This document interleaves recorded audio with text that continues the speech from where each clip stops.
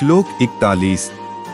तस्मात् त्वमिन्द्रियाण्यादौ नियमय भर्तर्षभ पापमान प्रजिह्येनम ज्ञान विज्ञान नाशन। अर्थ, इसलिए हे अर्जुन, तू पहले इंद्रियों को वश में करके इस ज्ञान और विज्ञान का नाश करने वाले महान पापी काम को अवश्य ही बलपूर्वक मार डाल। व्याख्या। इस श्लोक में भगवान श्री कृष्ण अर्जुन को एक महत्वपूर्ण उपदेश दे रहे हैं। वे कह रहे हैं कि भरतर्षभ, हे भरतवंशी अर्जुन, सबसे पहले अपने इंद्रियों को नियंत्रण में ला। इसका तात्पर्य है कि तुम्हें अपने इंद्रियों को संयमित करना होगा ताकि वे तुम्हें पथभ्रष्ट न करें। श्लोक में यह भी कहा गया है कि इंद्रियों का सही नियंत्रण न होने पर पापमानन पाप उत्पन्न होता है, जो ज्ञान विज्ञान नाशन, ज्ञान और विज्ञान का नाश करने वाला होता है। अर्थात यदि इंद्रियों पर नियंत्रण नहीं रखा जाता तो यह पाप उत्पन्न कर सकता है जो ज्ञान और समझ को समाप्त कर देता है। इस प्रकार भगवान श्री कृष्ण अर्जुन को समझा रहे हैं कि आत्मिक और मानसिक उन्नति के लिए इंद्रियों पर नियंत्रण आवश्यक है। केवल जब इंद्रियाएं नियंत्रित होती हैं, तब व्यक्ति सही मार्ग पर चल सकता है और ज्ञान की प्राप्ति कर सकता है। श्लोक 42 पाठ 3 कर्मयोग तीसरा पाठ। इंद्रियाणि पराण्याहुरिन्द्रियेभ्यः परं मनः मनसस्तु परा बुद्धिर्यो बुद्धेः परस्तु सः। अर्थ, इंद्रियों को स्थूल शरीर से पर यानी श्रेष्ठ, बलवान और सूक्ष्म कहते हैं। इन इंद्रियों से पर मन है, मन से भी पर बुद्धि है, और जो बुद्धि से भी अत्यंत पर है वह आत्मा है। 42। व्याख्या। इस श्लोक में भगवान श्री कृष्ण ने यह समझाया है कि मनुष्य की आत्मा की यात्रा में विभिन्न स्तरों की तुलना कैसे की जाती है। यह श्लोक बताता है कि श्लोक का अर्थ, इंद्रियाणि पराण्याहुः, इंद्रियों को श्रेष्ठ माना जाता है। इंद्रियां शरीर के बाहरी विश्व को महसूस करने में सहायक होती हैं। इनसे भौतिक सुख और दुख का अनुभव होता है। इंद्रियेभ्यः परं मनः, इंद्रियों के स्तर से मन अधिक महत्वपूर्ण है। मन विचार और भावना का केंद्र होता है, जो इंद्रियों द्वारा प्राप्त सूचनाओं को प्रोसेस करता है और उन पर प्रतिक्रिया करता है। मनसस्तु परा बुद्धिः, मन से भी उच्चतर है बुद्धि। बुद्धि विवेक और निर्णय लेने की क्षमता प्रदान करती है। यह हमें सही और गलत के बीच अंतर समझने में मदद करती है। यो बुद्धेः परस्तु सः, और बुद्धि से भी उच्चतर है आत्मा। आत्मा, जो कि परम सत्य और शाश्वत है, बुद्धि की तुलना में सर्वोच्च है। आत्मा की समझ से हम आत्मा की वास्तविकता और उसका दिव्य स्वरूप समझ सकते हैं।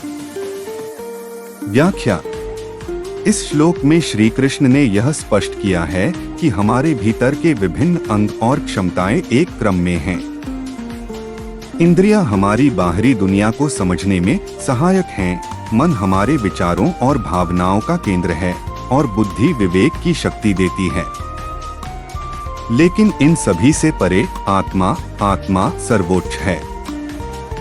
आत्मा हमारी सच्ची पहचान है और इसे समझने से हम जीवन का गहरा अर्थ जान सकते हैं।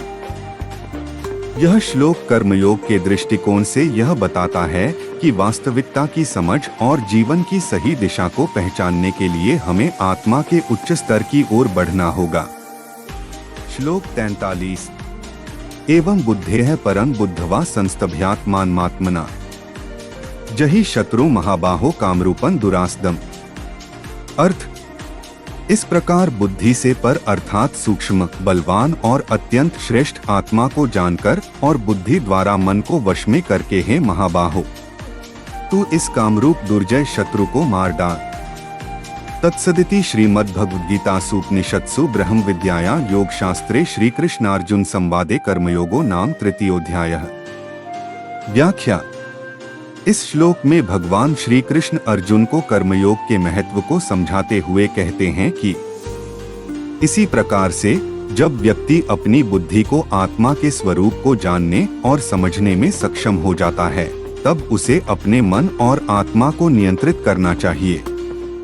इस प्रक्रिया में उसे कामरूप इच्छाओं का रूप और दुष्ट वासना दुरासद को पूरी तरह से नष्ट कर देना चाहिए। विस्तार से समझाया जाए तो बुद्धेय परं बुद्ध्वा, यहाँ बुद्धेय परं बुद्ध्वा का अर्थ है कि व्यक्ति को अपनी आत्मा की सच्चाई को समझकर अपने चित्त को स्थिर करना चाहिए।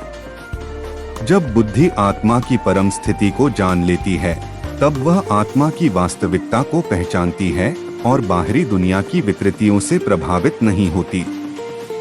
संस्थाभ्यात्मानमात्मना, इसका मतलब है कि व्यक्ति को अपनी आत्मा के प्रति आत्मनियंत्रण करना चाहिए। आत्मा की वास्तविकता को जानने के बाद उसे अपने स्वभाव और इच्छाओं पर नियंत्रण रखना आवश्यक होता है। जही शत्रु महाबाहो, महाबाहो बलवान अर्जुन शब्द से संबोधित कर भगवान श्री कृष्ण अर्जुन से कहते हैं कि वह अपने भीतर के शत्रु इच्छाओं और वासनाओं को पराजित करें। यहाँ शत्रु का मतलब उन इच्छाओं और वासनाओं से है जो आत्मा की उन्नति में बाधक होती हैं। कामरूपन दुरासदम, यहाँ कामरूपण का तात्पर्य उन इच्छाओं से है जो हमें लगातार आकर्षित करती हैं, और दुरासदम से तात्पर्य है कि ये इच्छाएं कठिन और दुष्कर होती हैं। इन इच्छाओं और वासनाओं को जीतना कठिन होता है, लेकिन यह आवश्यक है।